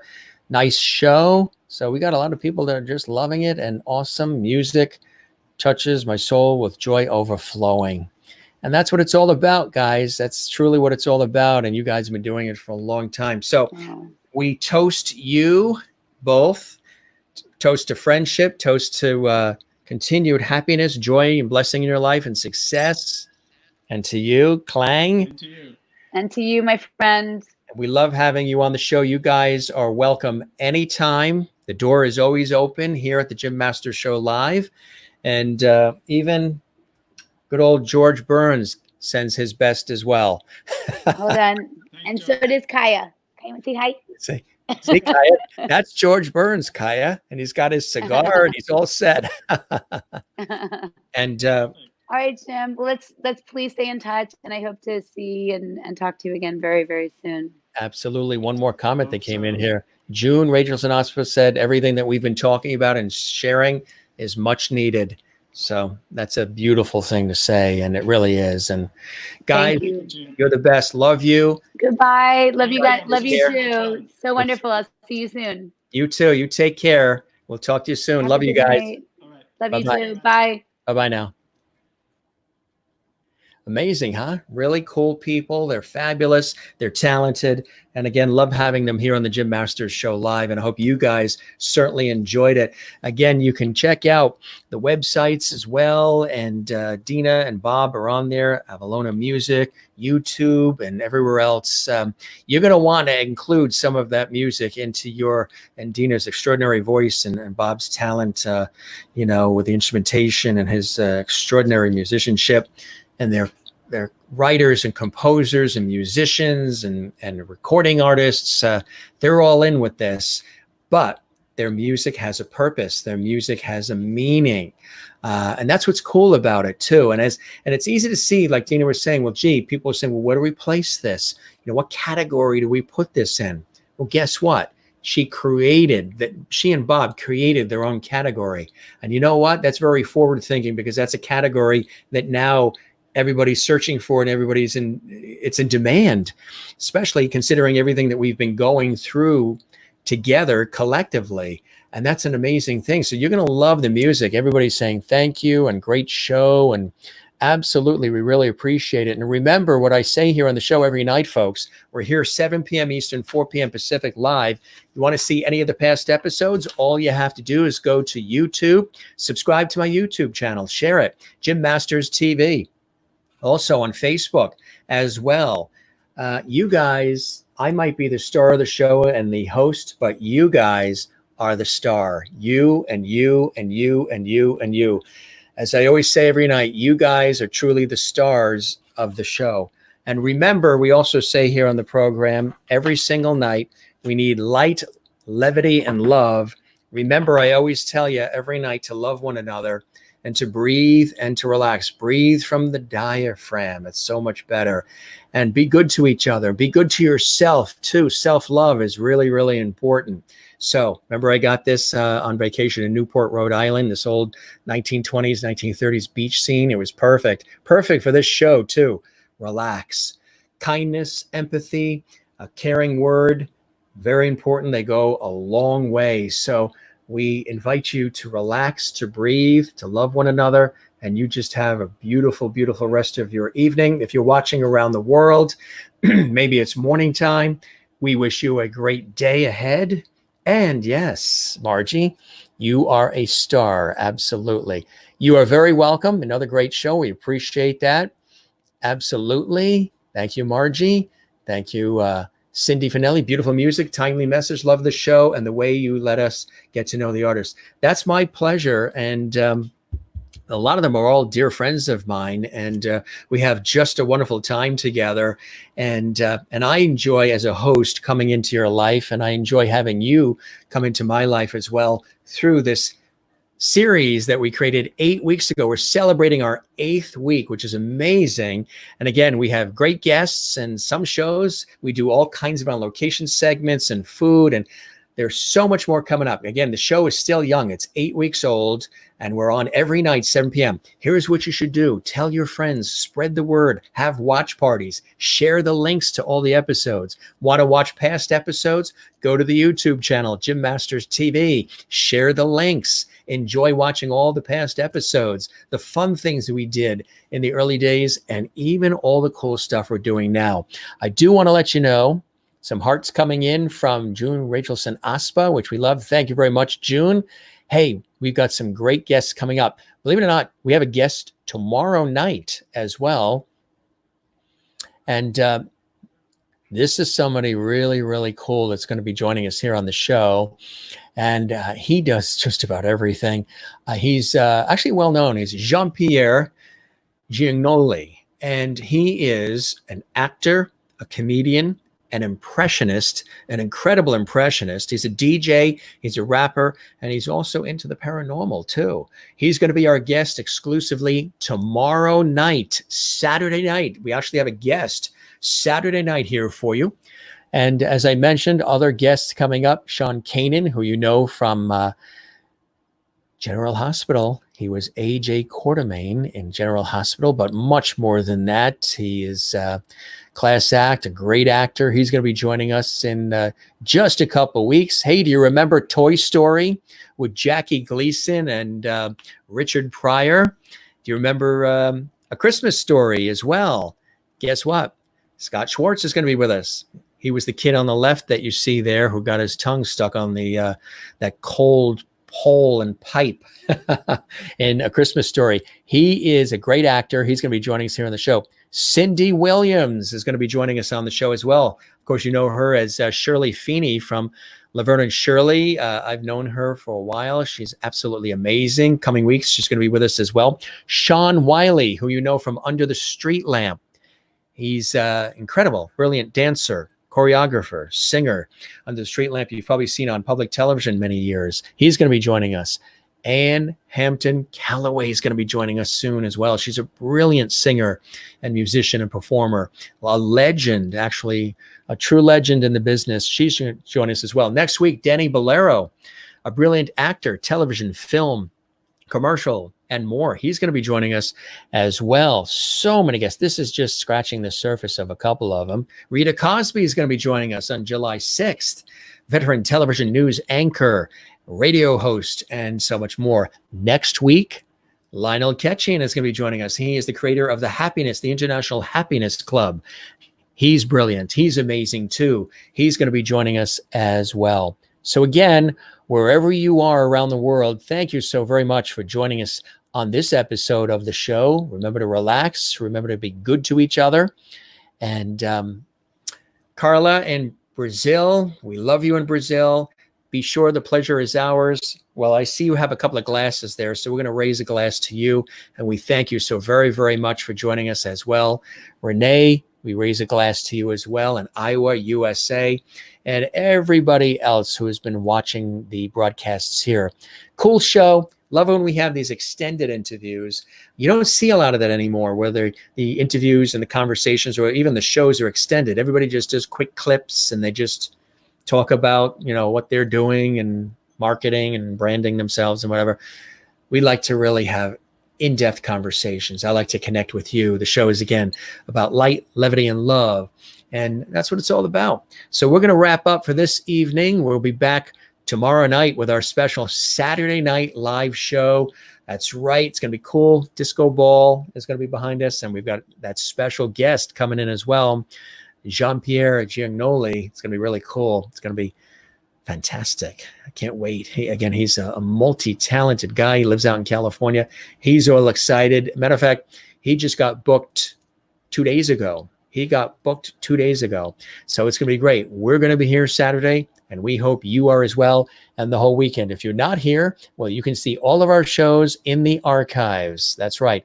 All of the shows are available in the archives at Jim Masters TV on YouTube. All right, dinner time. It's been a long day. We had a long TV shoot. And again, so excited to be able to be in the studio today, doing a television shoot and interviewing a guest. And, for my professional work, it was really fantastic, really cool. So again, I say a wonderful thank you to my dear friends, Bob Kinkel and Dina Fanai, talented people, loving people, extraordinary people, great friends as well, and love them both. And get a chance to listen to the music that they create. You're going to love it.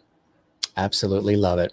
Jim Masters here. Thank you for your time this time. Till next time, we'll be back tomorrow night, 7 p.m. You're a blessing and a joy. Thanks for all the comments, sharing the links, and just having a good time with us. That's what it's all about. Every show is something different. Every show is fun, unique, and we try to put a smile on your face. All your friends say goodnight. George and Jeannie and Silver and Jimmy, all the characters, they're here. They wish you the best. One more comment coming in. And that comment is Renee letting us know that she just had supper. Very good. Tomorrow, I might ask you what the supper was. I'm going to have mine right now. All right, gang, you take care. You have a wonderful night. Love you all. Take care. And just tell everybody. And Renee, I know you have the watch parties too, and we really appreciate that. All right, lots more coming up on our show. Cool shows ahead. As long as you guys are there, we're going to keep doing them. You have a good night, all right? Take care. We'll see you tomorrow night on the Jim Masters Show live, YouTube and Facebook at Jim Masters TV, 7 p.m. Eastern, 4 p.m. Pacific. Somewhere it's 5, maybe Mountain Time. All right, guys, you take care. Have a good night. Bye-bye.